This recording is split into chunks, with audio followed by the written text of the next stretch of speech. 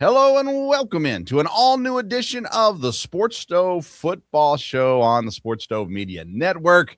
Thank you for tuning into today's episode. If you're watching us on YouTube, make sure you hit that subscribe button there so you don't miss any content from the Sports Stove Football Show or the Sports Stove Draft Show, so on and so forth.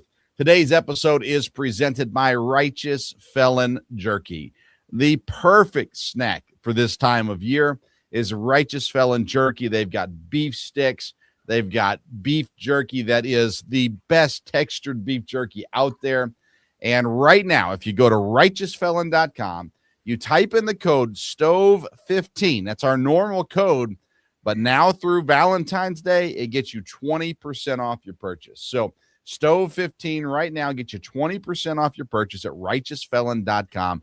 So make sure you go check that out as well. All right, I'm Vince Stover, joined as I am every week by my dad, Dale Stover.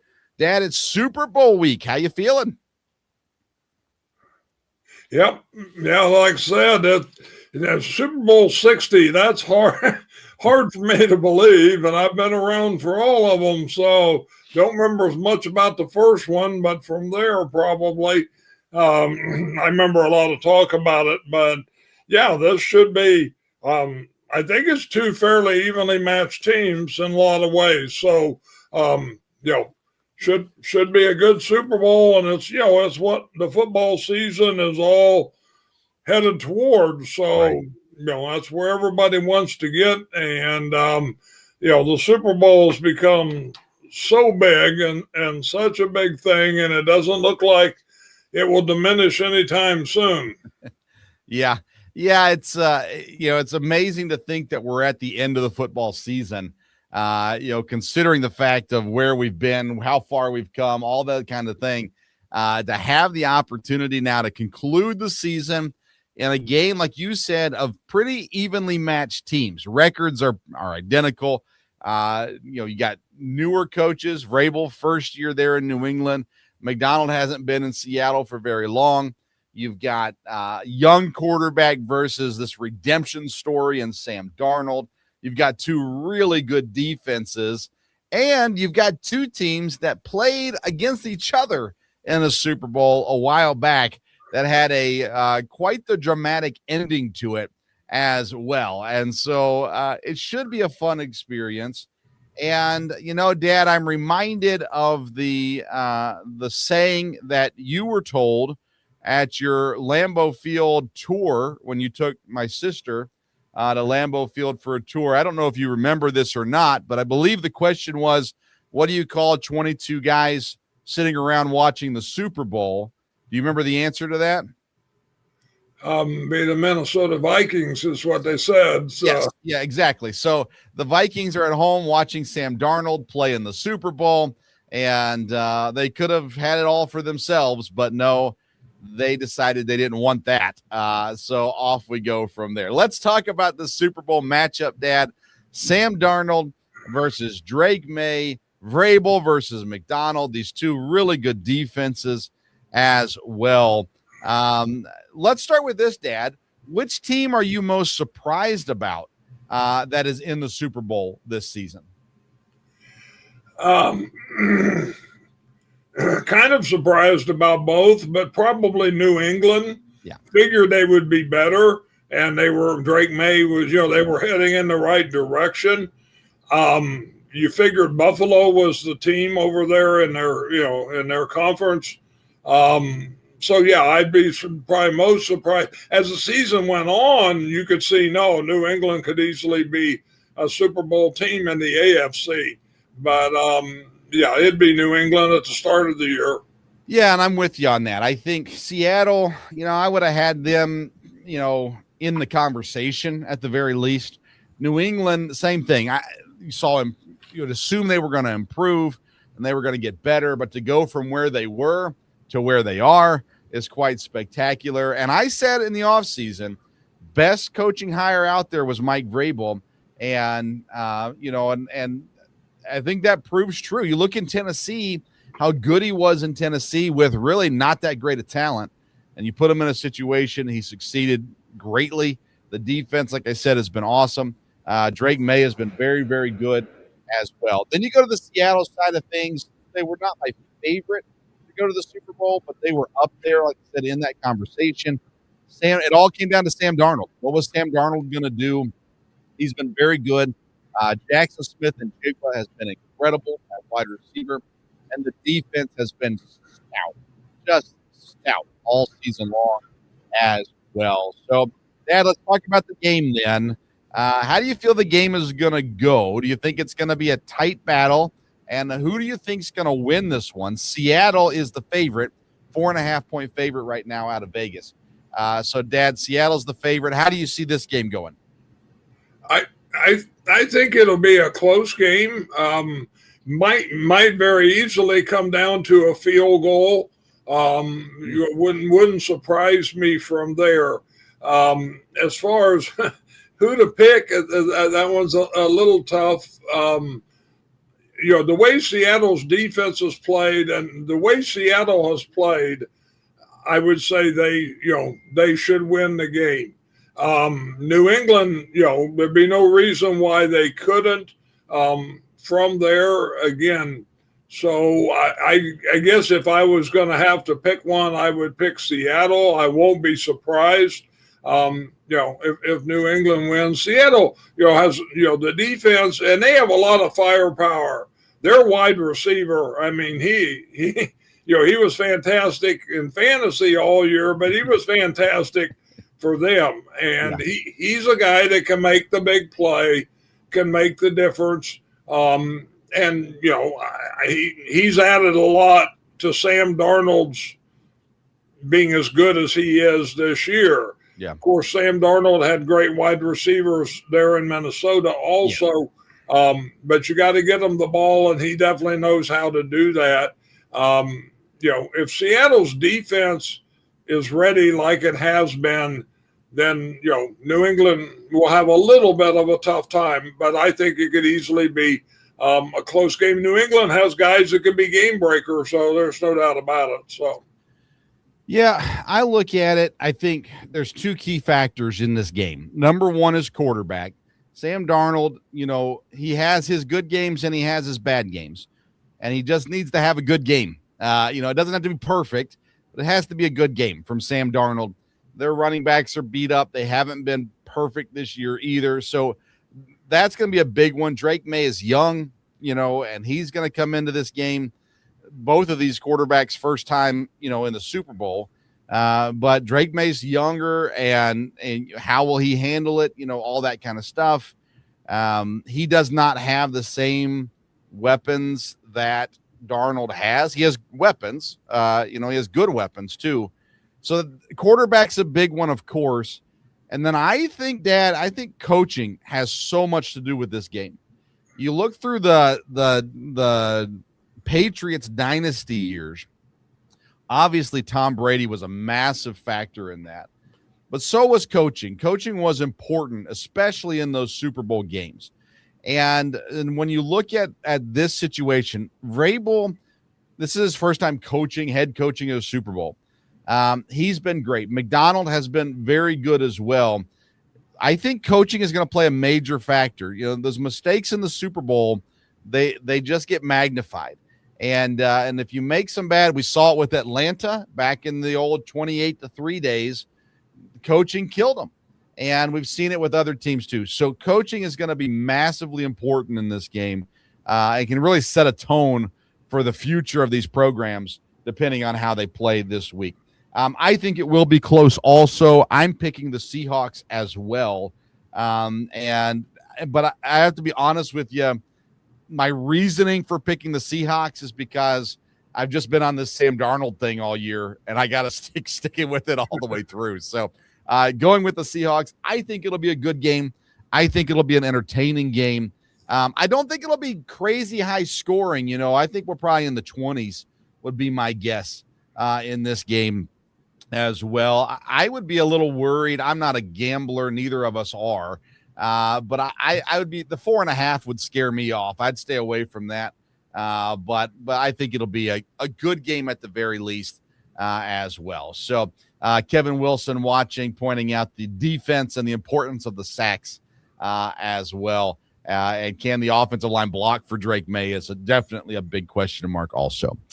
All right, that's the Super Bowl. So as soon as the Super Bowl is done, all eyes turn to the offseason, but our eyes have already been on the offseason, and the coaching carousel has been spinning incredibly fast over the season so far. We have 10 new head coaches in the NFL. 10 new head coaches. That's crazy.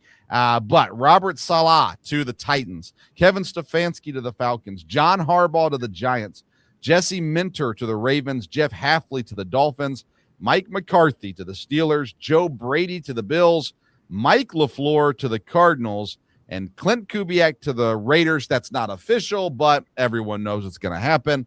And Todd Monken to the Browns as well. Then we have, of course, with that, a ton of staff that's getting changed over as well. We currently have, I believe it's 18 new offensive coordinators. I'm going to count that real quick. As I do, though, Dad, best head coaching hire out of those 10 hires, who do you think got the best coach out of it? I think probably it was the Giants with Harbaugh. I think, he fits that well. He's, a very experienced head coach. So I think looking at all of them, I think he was probably the best. They got maybe the best guy. There's several others that I think fit pretty well, but I would say Harbaugh would be number one. Okay, is there a bad hire? Because I look at this, Dad. Well, let me get your opinion on it first. Do you think there was a bad hire at head coach this year out of the 10 hires that were made? The Browns just kept, messing around. They could have got out of somebody else. I don't know that Moken won't be a good head coach, but it looked like that was the most dysfunctional one. Well, that's probably true. I feel like the Browns and the Cardinals both kept striking out. They had things that they wanted, but couldn't make it work. People chose other places, whatever it may be. I don't know that there was a bad hire in this group. Last year, it was easy. You could say Vrabel and Ben Johnson, great hires. I was all in on both of those. I agree with you. Harbaugh has to be the best one here. As far as head coaches go, I like Stefanski in Atlanta, and I like Kubiak and the Raiders as well. Cardinals and Browns are the question marks. I won't call them bad hires, but I they're the question marks. Let's start with the Cardinals. We are obviously very familiar with Matt LaFleur. He comes over every Thanksgiving. Well, we're not that familiar with him, but Mike LaFleur, his brother, Los Angeles Rams offensive coordinator. He went with Robert Saleh to the Jets. That did not turn out well. Now he gets a head coaching job in Arizona, and the question mark, I'm here. I'm for him. I want him to succeed, but I'm not sure that he has done enough to really be the guy in Arizona. That seems like there were probably better options, but I'm all for guys getting their first opportunity. So, Dad, Mike LaFleur, first-time head football coach in the NFL for the Arizona Cardinals. What is the percentage chance that this works? Is it a 50-50 chance, or do you think it's a higher percentage chance or a lower percentage chance that Mike LaFleur works in Arizona? I would say just looking at it where we are right now, excuse me, you could say 50-50. I was surprised that, he got the job when his name came up. The more I thought about it, being with the Cardinals, that does not surprise me. Bidwell is not a good owner. He has been cheap. He's always been cheap. The Cardinals has always been run that way. So maybe he had somebody else he wanted, but I think, getting somebody that's a first-time head coach financially, I'm sure LaFleur is not breaking the bank there in Arizona. Now, he, this gives him an opportunity to be a head coach. He could have success in Arizona. Yeah. No doubt about that. They need a quarterback. They've got some things right now. They're in a tough division. That could change depending on some of the teams and some of the players. San Francisco, kind of surprised me the way it ended up as strong as it did. You don't know what the Rams, will their quarterback be back? The Stafford's not there. Could be a whole different deal. The Seahawks look like they're in pretty good shape. But, Arizona could. Again, Arizona's not a team that historically has drafted well. I remember way back in the day, whenever, I followed the draft, when Arizona's pick came up, everybody was like, okay, pull up a chair and listen here because they're going to do something crazy. They always do. It may have gotten a little better. I don't know. But, I think it's good that he has the opportunity. I was surprised that he did. He's been around a lot of great coaches, with his brother, with, coming from the Rams, being at the 49ers. So, he's had a chance to prepare himself. But Arizona is one of those jobs, working for Bidwell. That's tough. Yeah. Yeah. I'm intrigued. They got a quarterback situation there. They got to figure out. There's some good pieces there too. And it's a nice place to live, but, outside of that, I'm intrigued by that one. Let's talk about Todd Monken. Interesting career for him. He was a head coach at Southern Miss for a few years, did not have a good record there. In college, he worked at Oklahoma State with Mike Gundy for a time, was at Georgia recently under Kirby Smart. He's been in the NFL for a while. He's worked with John Harbaugh a lot. His offense has had success, as well. But again, I'm for guys getting an opportunity. So I won't call it a bad hire, but I'm not sure why you don't just hire Jim Schwartz here. I'm not sure why you don't say, listen, at least half the locker room loves Jim Schwartz. So why don't we go ahead and hire him and then go out and get one of these young offensive guys to come in and run the offense and go from there. Schwartz had a run at head coach. He's already had one opportunity, but that just seemed to make the most sense. And now they're doing this whole debacle of, is Schwartz going to stay because he's mad because he didn't get the job? He just caused more chaos. And I don't understand that mindset for Cleveland. I like Todd Monken getting a chance. Is it going to work out? Listen, they don't have a quarterback. Deshaun Watson, Shedeur Sanders, Dylan Gabriel, that's not going to go well.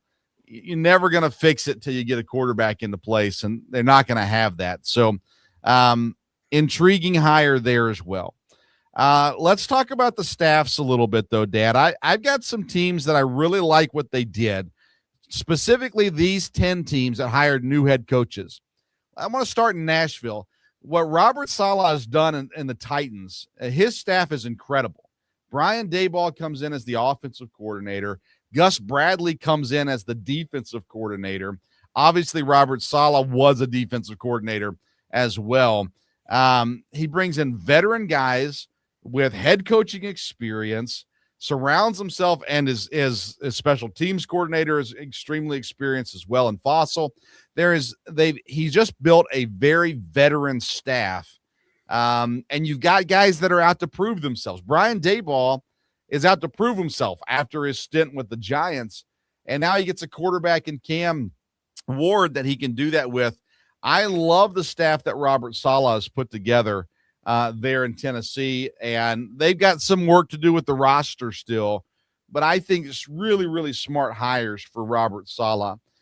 And then on the other side of the board is the Bills. I love what the Bills did. Joe Brady gets promoted to head coach. I'm a little questionable on that. They had to go with him or Daboll, I think, just to hold the fort there. Then he brings in Pete Carmichael, who's been with Sean Payton for a long time in the New Orleans days, all that kind of stuff. He was on the staff in Denver as well. And then he brings in Jim Leonard as the defensive coordinator, who's getting all kinds of looks here for defensive coordinator spots, and we respect greatly him too. I like what the Bills did with their staff, less proven with Joe Brady and Jim Leonard, but still I like the swings that they took with them. Those are my two favorite staffs so far. I'll talk about some other ones in a minute. But what do you see with those, the Titans, the Bills, or even another staff that you think has been put together very well? Well, I agree definitely with the Titans. I thought that was maybe the second best hire with Saleh, mainly because of who he added. Daboll, I think that was a great addition, and the same way with Bradley. We know a little bit about the Titans, and if the Titans need anything, it's a change in culture and a change in thinking, and bringing in established guys. It's not guys learning. They'll have a way. They'll have a system. I would think Daboll with the new quarterback, that's a good thing there. They have potential to have the quarterback of the future if they can get him groomed. They've got some good young players. They've drafted some good offensive linemen in the last couple of years. Their defense has some players that are good. I agree. I think they have a good staff. I think Buffalo, that made sense. Since you have the quarterback in place, having a guy that was on staff, that makes, I don't know, in most cases that's a good idea, but I think it was there. And Jim Leonard, he was a guy that a lot of people wanted. The fact that he was at Denver and Denver was in the playoffs, but people had to move along there. It's interesting. They got two coordinators from Denver, but Denver had a good year. So again, Buffalo could easily be a situation where they just need a refreshing. Yeah. They've got the quarterback. They've had some good players. Things have, gotten stale. The other coach just couldn't get over the hump. So they have a chance to, probably as much as any of these teams, to just pick up where they left off and be pretty good. So I think that's good from there. Like you said, there's a lot of folks moving around from there. I don't know as much about, probably as you do, about the defensive coordinator from the Chargers, but the Ravens, that they may have a good thing there. And if they do with him, he's added some coordinators again that know, have experience and know what they're doing from there. Well, Mike McCarthy, that was an interesting hire at Pittsburgh. That could be good. His defensive coordinator, Graham, I think that was a good hire on that end. So, and then you got other teams that just hired, kept the same coach but hired coordinators. Well, we'll get into that in a second. Daniel was a guy everybody wanted. Yeah, we'll get into those guys in a second. I want to come back to Baltimore, though, because Jesse Minter, he was the guy linked there from the get-go. I like his defensive coordinator hire, Anthony Weaver. That's a great hire there at the defensive side, but that's also where Minter's strong too. So they got really strong minds on defense. Bringing in Declan Doyle from Chicago. He's 29 years old. Ben Johnson, obviously has been very good offensively. So he's being trained. He's been trained well. He's gotten to sit under somebody who's very good at it. He gets his own chance now, and I'm intrigued at that one. I'm not saying it won't work, but you got a quarterback that has, I don't know how to put this. I think he's a little bit stuck in his ways, maybe. And I like Lamar Jackson. I'd like him to be, he's a very, very good quarterback. But is he going to listen to a 29-year-old coordinator? I'm intrigued to see how that relationship builds. If it starts off on a good foot, if Lamar Jackson sees this guy knows what he's talking about, then it'll be fine. But being that young, coming into a situation where you don't have that veteran staff around you, I'm intrigued to see that. I think that could implode pretty fast if he doesn't earn the respect quickly of the guys, not just Lamar Jackson, Derrick Henry, and the other guys there in the locker room. I think that's going to be an important one. Before we get into the other coordinator hires, Mike LaFleur hires Nathaniel Hackett to be his offensive coordinator. They do not have a defensive coordinator yet in Arizona. I have been anti Nathaniel Hackett. One of his days in Green Bay, I don't see it. Dad, I feel like you were a little bit more apologetic for Hackett in his post-Packer career.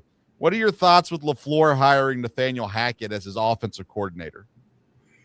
Well, I mean, that wasn't a surprise because of the familiarity that he would have there. Hackett, of course, is just terrible train wreck with being the head coach. Yeah. But, he was a really good offensive mind his first stint there in Green Bay. So, we will see. If LaFleur is going to lean on him because he was a head coach and whatever, I'm not sure that would be good. As a strict offensive coordinator, that might not be bad. I don't know.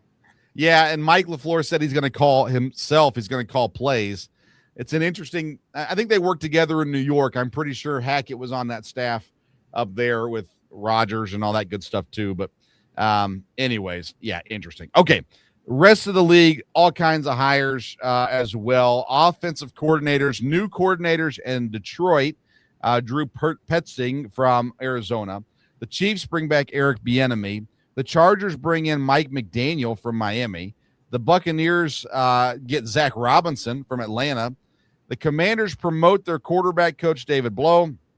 The Jets bring in Frank Reich, the former Colts coach, Stanford coach as well. The Eagles bring in Sean Mannion, the Packers quarterback coach. And the Broncos promote Davis Webb, their quarterback coach, who had a lot of interviews as well. The obvious answer is Mike McDaniel going to the Chargers as the best offensive move of the offseason. I think it's phenomenal. It's a great spot for McDaniel. It's a great opportunity for Herbert. And the Chargers, I mean, I think Harbaugh made an incredible hire here with Mike McDaniel. Dad, him or anybody else stand out to you, good or bad, on the offensive hires? I was intrigued with Frank Reich. That could be really good. But again, they've got to get quarterback. They've got to get situation there. That was kind of interesting. But again, if you're talking about a place that needs to establish culture, and of course the head coach knows where he wants to go there, Frank Reich might have been a good addition.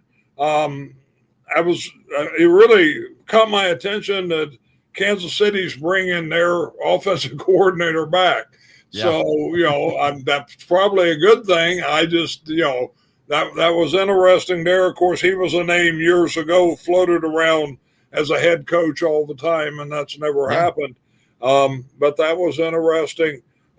Still a few more staff positions to finish up, but, we'll see.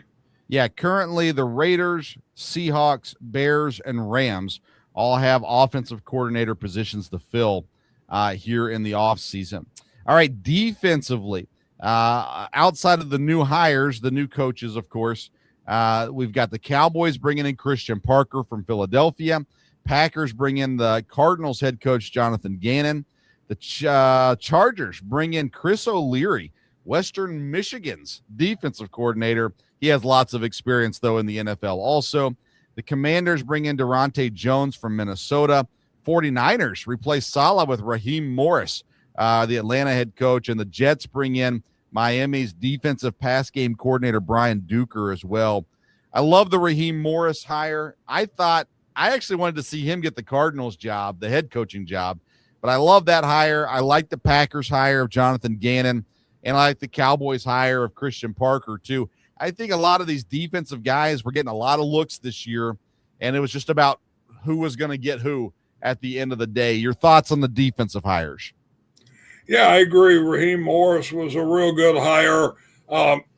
I think Gannon will be, a lot of talk about everything now. And of course, a lot of these coordinators are getting their staffs put together. Parker, was really in demand, and Dallas, got him early from there. And, the guy from Minnesota, coming from Minnesota, not bad either there at the Commanders. So, Yeah.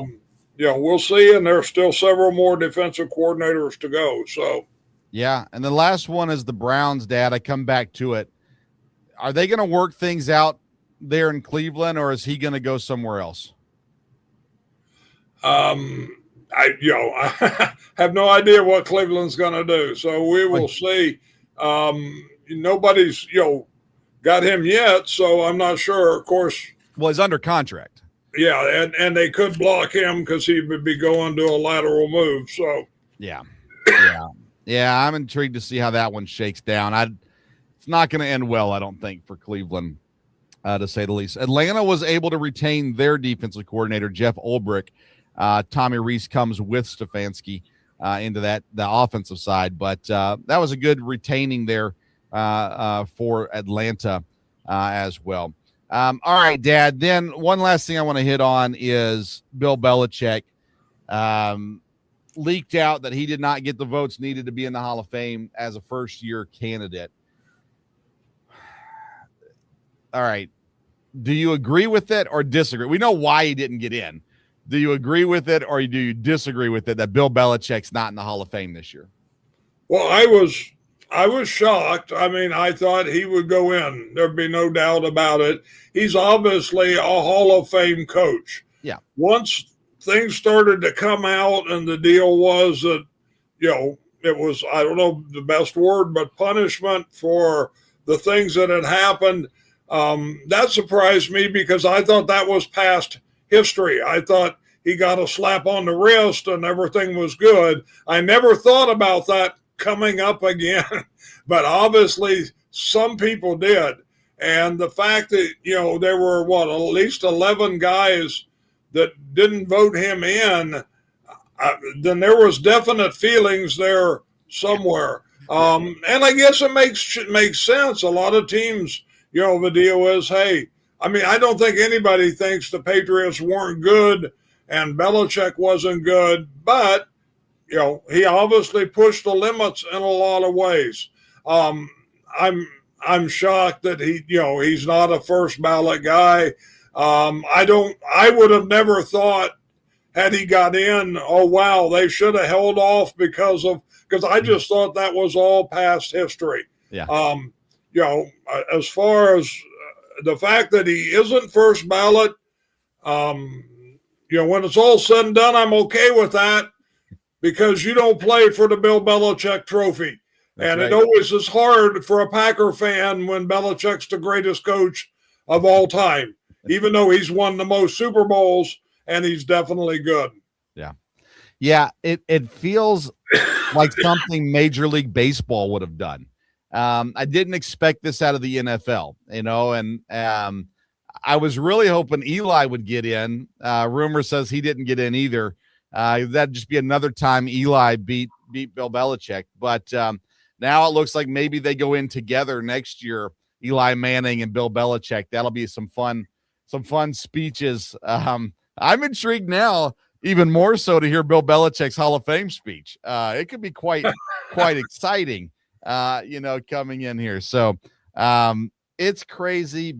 Listen, Bill Belichick's a Hall of Fame coach. He's clearly a first ballot Hall of Fame coach. You can't name, I don't know, throw any number out there. You can't name 5, he's top 5 all time, at least. Maybe top 3 all time as well. But it's ridiculous that he didn't get voted in. And I think some people were thinking, hey, I'm not going to vote for him just to be like a silent protest, but still assuming everyone else was going to vote for him, thinking, well, I'll be the 99%, I'll be the 1% that didn't vote for him. And then all of a sudden you got 11 guys or more that were that way. It's interesting to say the least, but he deserves to be in. He will be in. I think there will be drama around it when he does get in. It'll be interesting to say the least, there as well. All right, Dad, anything else you want to add? Comments to be made, anything like that? No, like I said, the Super Bowl will be, fun to watch, fun to keep up with. The awards, I believe maybe that's tonight. That's always kind of interesting just to see, who wins things there. But like you said, football's picking right back up for next year. The draft be coming up. We got these coaches, here, and a lot of things should fill in right after the Super Bowl. So anyhow, it's been an interesting NFL season. Be a good cap to it, and looking forward to the next one. For sure. So the draft is right around the corner at this point, and we have been dropping draft content left and right on the Sports Stove YouTube channel. So make sure you get on there, check it out. There's right now we're going through team draft previews, rolling through those. This next week we'll conclude that, and then we'll get back into rankings and stuff like that as well. So that's on the Sports Stove YouTube channel. Check it out, subscribe. Comment on the videos, go to your favorite team and listen to what is said. Let us know what you think about it, stuff like that as well. Follow us on social media at Sports Stove on Twitter, Instagram, and Facebook. And of course, make sure you check out Righteous Felon Jerky, righteousfelon.com. The promo code is STOVE15, but for a limited time, that code will get you 20% off. So make sure you check that out as well. We'll be back next week to recap the Super Bowl. And then this show will take a little hiatus, but the draft content will still be flowing on from there as well. So join us next week as we recap the awards, we recap the Super Bowl, and put a final touch on the NFL season there as well. Thanks for tuning in to this edition of the Sports Stove Football Show. Until next time, we'll see you around the Sports Stove.